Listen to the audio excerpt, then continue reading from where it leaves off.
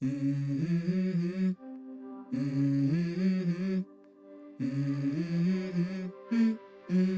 go. I wake up to a little bit of drool on my pillow, feel like it's gonna be a bad day. Yeah, I'm tired of shit, and the coffee ain't hit yet, damn, ain't that great.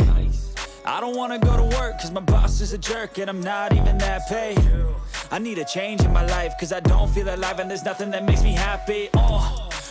Hola a todos, sean bienvenidos una vez más a el curso de introducción a la fisiopatología, el primer curso que se realiza sobre esta asignatura.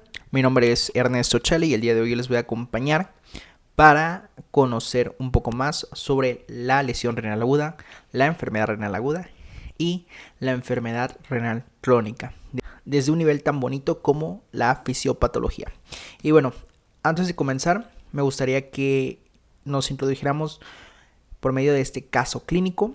Es un caso clínico que pues vamos a ver más o menos a lo último vamos a responder la pregunta que se menciona. En este caso tenemos a un paciente masculino que tiene 32 años, ingresa al servicio de urgencias por una descarga eléctrica de alta tensión. Todo esto sucedió mientras trabajaba en una estructura metálica. A la exploración física presenta quemaduras de entrada y de salida en ambas extremidades. Principalmente presenta área de carbonización en la mano derecha y en el pie izquierdo. Se menciona que dentro de la terapia se le dio un plan de hidratación en el cual se notó una diuresis muy disminuida, en este caso menor a 100 mililitros hora, y el aspecto de esta orina es de color oscura. Ahora, la pregunta que se menciona, con esta clínica que se menciona aquí, ¿qué cuadros sospechas? ¿Y qué estudios solicitarías para confirmarlo? Esto sería tareita para ustedes, para que lo vayan respondiendo en los comentarios. Y pues ahorita que vamos a adentrarnos más al tema, pues vamos a conocer qué le sucedió a este paciente. Por lo tanto, yo tengo una duda. ¿La lesión renal aguda y la enfermedad renal aguda son lo mismo? Ahorita los vamos a responder. Tenemos que la lesión renal aguda se va a componer de 4 elementos importantes. Se le va a conocer como un síndrome clínico, va a tener un deterioro brusco en la función renal, se va a desarrollar de horas a días y puede estar causado por múltiples etiologías. Ahora, respondiendo a la pregunta, ¿es lo mismo la lesión renal aguda que la enfermedad renal aguda? Pues no. Hace unos meses salió el consenso de la guía KDIGO y donde se define principalmente la lesión renal aguda y el término de enfermedad renal aguda. Hay que tener en cuenta las definiciones. En este caso, las definiciones van acompañadas de 2 puntos importantes. Del aspecto funcional, en el cual se requiere un estudio de laboratorio para poder acompañar a la definición, y un estructural. En este caso nosotros por índole del curso nada más vamos a abarcar la definición para caracterizar el tiempo de progresión de cada uno y en este caso pues conocer su mecanismo fisiopatológico. Vemos que la lesión renal aguda se va a caracterizar en niños y en adultos como la presencia de anormalidades del riñón, como mencioné, desde una parte funcional o estructural. En este punto hay que tener en cuenta que la lesión renal aguda va a abarcar en un periodo de horas hasta dentro de los 7 días y todo pues apropiado a un contexto clínico. Si no hay resolución de esto, va a progresar a enfermedad renal aguda y es lo mismo, se define en niños y adultos como la presencia de criterios funcionales o estructurales apropiados al contexto clínico. Pero mucho ojo, va a durar mayor a 7 días, pero menor a 3 meses. Si esto no tiene resolución pronta, pues va a progresar a enfermedad renal crónica. Y aquí vamos a tener que la definición de la enfermedad renal crónica se va a definir como alteraciones estructurales o de la función renal con un periodo mayor a 3 meses. Para que quede claro, lesión renal aguda dentro de horas a 7 días, enfermedad renal aguda una duración de 7 pero menor a 3 meses y una enfermedad renal crónica se define superior a 3 meses. Entonces, de etiologías principalmente vamos a ver en la lesión renal aguda, la cual se va a clasificar por 3. La primera sería una etiología prerrenal o mejor conocida como etiología hemodinámica.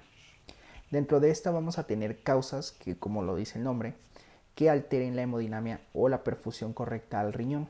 Dentro de estas pues vamos a tener la hipovolemia, pérdida de sangre por hemorragia, principalmente por traumatismo, pérdida de volumen plasmático por quemaduras, pérdida hidroeléctricas, ya sea vómitos o diarreas, por hipotensión, inflamación sistémica, insuficiencia cardíaca, embolia pulmonar masiva, estenosis o aumento de la presión intraabdominal, principalmente por un síndrome compartimental abdominal. Dentro de esto pues vamos a tener una alteración a nivel del gasto cardíaco, la cual pues va a generar que el riñón no reciba la perfusión correcta, y la ventaja de esta es que es reversible si se detecta a tiempo. Vamos a tener la siguiente, que sería intrarrenal, o mejor conocida como estructural. En este caso pues ya va a haber alteración a nivel estructural, principalmente por necrosis tubular aguda, necrosis intersticial aguda, por tumores o toxinas, daño vascular, hipertensión maligna, vasculitis, defectos de coagulación, oclusión de la arteria o vena renal y pielonefritis aguda bilateral. Algo muy importante es que las causas más frecuentes de estas, como se menciona aquí, es la necrosis tubular aguda, principalmente por fármacos. La última clasificación sería la postrenal o obstructiva. Aquí pues vamos a tener alteración de los cálices que afecta a la pelvis renal, y pues básicamente va a impedir que se dé el flujo correcto de la orina, el vaciamiento hacia la vejiga. Aquí vamos a tener tres causas principales: las uropatías obstructivas, como los litos renales, la destrucción ureteral por edema, tumores, cálculos, coagulopatías, y obstrucción del cuello vesical, principalmente por el engranamiento de la próstata o hiperplasia prostática. Y otra causa que se sumaría sería la vejiga neurológica o neurogénica. Entonces, ya teniendo el contexto principal de la clasificación de una etiología prerrenal o hemodinámica, una etiología intrarrenal o estructural, o una etiología postrenal o obstructiva, pues vamos a ver el mecanismo fisiopatológico. Recordando las clases de fisiología, tengamos en cuenta que el riñón recibe aproximadamente el 20% del gasto cardíaco. Esto va a depender de la literatura que se menciona. Algunos libros mencionan que de 22, otros libros mencionan que de 25, pero pues vamos a tener un margen de 20-25%. Entonces nosotros vamos a tener diferentes causas. Principalmente vamos a ver la fisiopatología de la causa prerrenal. Dentro de las que se mencionó fue hipovolemia, deshidratación, sepsis, shock séptico, entre otras cosas. Entonces, nosotros tenemos que el corazón va a bombear sangre a una cierta velocidad.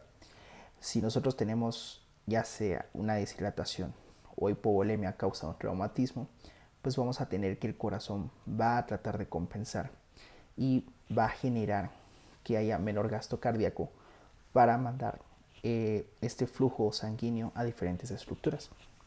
Entonces, al haber un menor gasto cardíaco, el riñón ya no va a recibir la adecuada perfusión que se mencionaba que era el 20 al 25%. Esto va a generar dos cosas: uno, vasodilatación de la arteriola aferente para que pues reciba mayor perfusión, mayor cantidad de sangre, y en la arteriola eferente vasoconstricción para compensar esto. Si todo esto progresa en tiempo o no hay una adecuada regulación, pues va a haber una activación de las células yuxtaglomerulares, las cuales pues van a activar el sistema renina-angiotensina-aldosterona por medio de la mácula densa. Van a detectar una baja perfusión de sodio, lo cual pues se va a activar. Esto se llega a corregir, ya sea la causa, que sería principalmente la hipovolemia, o en dado caso que sea por hemorragia, y se sustituye por plasma o electrolitos, pues básicamente pues va a volver a su forma natural el riñón, y pues habrá salido de la causa prerrenal o la lesión renal aguda.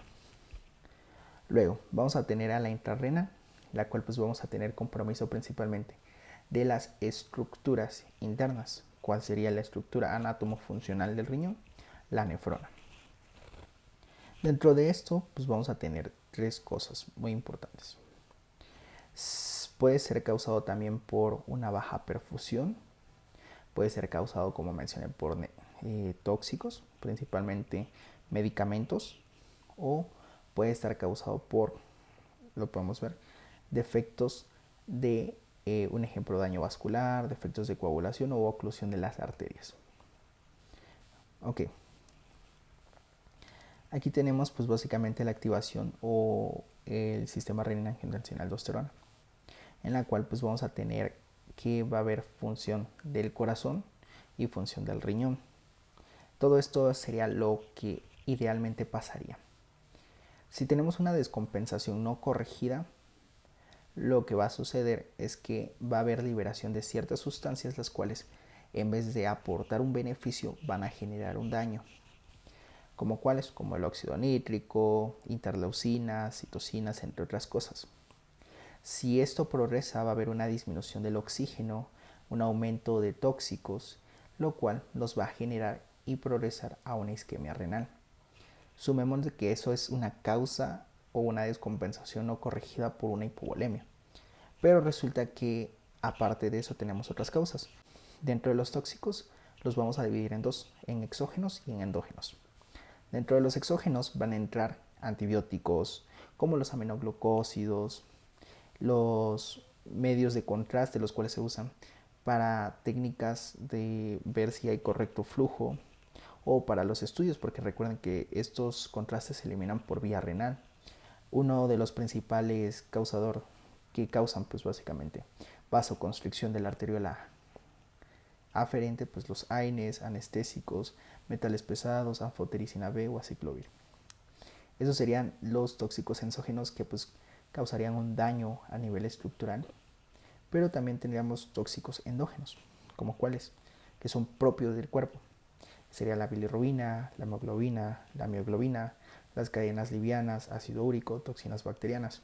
Entonces, si planteamos que un ejemplo, tenemos una acumulación de mioglobina, lo que va a generar es que van a ocluir la luz tubular, lo cual pues va a generar que la tasa de filtración disminuya. Entonces, eso es una de las causas muy importantes que deben de tener en cuenta. Si esto no se corrige en cierto límite de horas o días, va a evolucionar. Recuerden que antes de la necrosis, pues va la isquemia. Entonces, si no se corrige, llegaría a producción de citocinas, radicales libres de oxígeno, entre otras cosas, y acumulación de tóxicos, lo cual nos llevaría a una necrosis tubular. Al generar una necrosis tubular, pues vamos a tener muerte de tejido, lo cual pues esta muerte de tejido va a evolucionar y nos va a llevar a mayor inflamación. Todo esto se va a traducir clínicamente como oliguria o incluso anuria. Va a haber mayor retención de desechos, aumentos de desechos de la vía renal y extrarrenal, y pues todo esto pues se van a acumular ¿en dónde? En la sangre, porque recuerden que todo esto pues sigue un ciclo. Esa es la fisiopatología de la parte prerrenal e intrarrenal. Ahora, la fisiopatología de la postrenal, pues como mencioné, va a deberse a una obstrucción. Aquí tenemos un riñón, el cual tiene diferentes litos en sus pelvis renales, en sus cálices y en la pelvis a conectar con los cálices. Entonces, si estos obstruyen la salida de líquido, lo que va a generar es que aumente la presión glomerular y la presión de la pelvis de los cálices, lo cual pues va a ser un reflujo renal, lo cual pues nos va a llevar a una hidronefrosis, que pues básicamente esto nos va a generar otras cosas, como cuáles: acumulación de desechos y compuestos, principalmente la creatinina, la urea, el ácido úrico, potasio, fosfato y sodio. Y todo esto pues se va a volver a traducir a una isquemia renal, va a haber una presión mayor, menor oxigenación y mayor grados de compuestos, la cual pues va a volver a pasar a la siguiente fase, que fue lo que se mencionó con anterioridad, la cual nos va a llevar a una necrosis tubular, y también vamos a tener los signos clínicos de oliguria, anuria, retención de desechos, aumento de desechos de la vía renal y extrarrenal, la acumulación en la sangre, lo cual pues nos daría la clínica. Entonces, así a gran escala pues vamos a tener que todo nos va a generar inflamación y muerte. Algo muy importante es que dentro de del ciclo que se va a interrumpir dentro de estos, pues va a ser la fase del ciclo celular G1. Ahora, la resolución del caso clínico que vimos al inicio, hay que responder esto. ¿Qué cuadro se sospecha y qué estudios solicitarías para confirmarlo? Dentro de esto lo pueden responder en la cajita de comentarios. Yo les voy a dar la respuesta ahorita. Entonces, tenemos que el paciente presentó una descarga eléctrica, la cual en este caso generó daño muscular, lo cual pues se traduce a rhabdomiólisis, y esta rhabdomiólisis liberó mioglobina. Y la mioglobina en liberación masiva se traduce como destrucción muscular, y esto al llegar al riñón, recuerden que es una de las causas endógenas, tóxicos endógenos que daña la nefrona, y esto genera que los túbulos renales se fibrosen y se obstruyen, lo cual pues genera toxicidad y, como mencioné, obstrucción. Al haber obstrucción, pues vamos a tener la clínica de la oliguria. Entonces, aquí tenemos la disminución de la diuresis, lo cual pues nos indica compromiso renal agudo, principalmente por lesión tubular. En otras palabras, tenemos una necrosis tubular aguda. Y eso sería todo de resolución. Ahora ustedes en los comentarios deben de poner cuál fue el diagnóstico, si fuera prerrenal, renal o postrenal. Ahora tenemos que este paciente se fue, se le dio tratamiento, se le seguía plan mensual, pasaron 2 meses, el paciente todavía tenía compromiso a nivel renal, pero se le dio tratamiento, pero este paciente no lo siguió. ¿Qué creen que les pueda pasar? Y aquí va la parte más bonita, la fisiopatología de la enfermedad renal. Recuerden que la diferenciación de una enfermedad renal aguda a una enfermedad renal crónica es que la enfermedad renal aguda va a tener ligera fibrosis, pero no comprometer directamente todas las funciones del riñón. A diferencia de la enfermedad renal crónica, que pues ya vamos a tener muerte de tejido, inflamación, una tasa de filtración afectada, retención de desechos tóxicos y afectación de la mayor cantidad de nefronas. Solo como repaso general, recuerden que las funciones que se van a ver comprometidas son todas las que genera el riñón a nivel fisiológico, entre ellos la excreción de los fármacos y los productos de sustancia, la depuración de toxinas, el equilibrio ácido-base, la osmolaridad, la presión arterial, la gluconeogénesis, la formación de eritrocitos y la conversión de la 1,25-hidroxivitamina D. Como mencioné, la enfermedad renal crónica es una muerte de tejido, y esta muerte de tejido se va a traducir a fibrosis. Recuerden que la unidad que nos ayuda a filtrar la sangre es el corpúsculo renal y los túbulos reabsorben.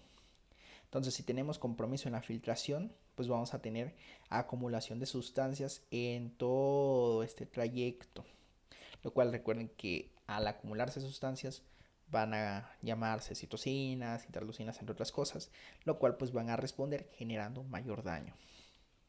En el túbulo vamos a tener que ya no va a haber la correcta extracción de los fármacos, los metabolitos, entre otras cosas, lo cual pues nos va a impedir que el riñón funcione correctamente. Al haber un aumento de estos productos, va a haber un daño a nivel osmolar. Recuerden que la osmolaridad está regulada por el sistema contracorriente, también por la presión oncótica de los vasos sanguíneos, pero a nivel renal está por el sistema contracorriente. Entonces tenemos 2 fallas ahora. Entonces recuerden que si hay acúmulo de hidrogeniones, va a haber afectación en el equilibrio ácido-base, y aquí tenemos 3 compromisos. Y otro compromiso que se desencadenaría tarde porque pues no habría la reabsorción o no se localizaría el sodio a nivel de las células yuxtaglomerulares, que responde al sistema renina-angiotensina-aldosterona, por un incremento de la presión arterial. Y todo esto es lo que se resume aquí: acumulación de sustancias, pérdida de la osmolaridad, el exceso de hidrogeniones y la falla de los contransportadores de bicarbonato va a generar que haya acidosis por aumento de los hidrogeniones, la vasoconstricción de la arteriola eferente. Recuerden que aquí sucede algo muy importante, es que primero sucede vasodilatación de la arteriola aferente, vasoconstricción de la arteriola eferente, luego esto pues rebota, vamos a decirlo así, y sucede lo contrario, vasoconstricción de la arteriola aferente. Otras funciones que van a estar comprometidas van a ser la gluconogénesis, la formación de eritrocitos y la formación de 1,25 de hidroxivitamina D. Aquí hay que tener en cuenta algo muy importante. Recuerden que los eritrocitos transportan oxígeno y transportan dióxido de carbono. Algo muy importante es que recuerden que el riñón ayuda a la formación de los eritrocitos por medio de la eritropoyetina. Si el riñón no está funcionando correctamente, no va a haber secreción de la eritropoyetina, va a haber una disminución de la formación de los eritrocitos, lo cual se va a traducir como anemia de enfermedad renal crónica. Si tenemos anemia de enfermedad renal crónica, va a haber un error de la función de las células y pues básicamente los pocos eritrocitos que van, pues van a generar que haya poco oxígeno o poca oxigenación y mayor CO2 también. O sea, esto va a depender del estadio en el que se encuentre. Y la formación de la 1,25 hidroxivitamina D, recuerden que también nos ayuda a la conversión de esto mismo. En el riñón de la 25 hidroxivitamina D3 pasa al riñón y se convierte a 1,25 de hidroxivitamina B3, lo cual pues mantiene al balance del calcio en el cuerpo. Algo muy importante, esto va a generar que haya compromiso óseo, muscular, pero principalmente óseo, porque pues vamos a tener osteoporosis. O sea, los pacientes con enfermedad renal crónica van a presentar clínica de osteoporosis también. Y recuerden que a haber desechos de estos mismos, vamos a tener elevación de hiperpotasemia, hiponatremia, hipocalcemia, hiperfosfatemia. O sea, por todo esto. Y esto va a ser un ciclo vicioso.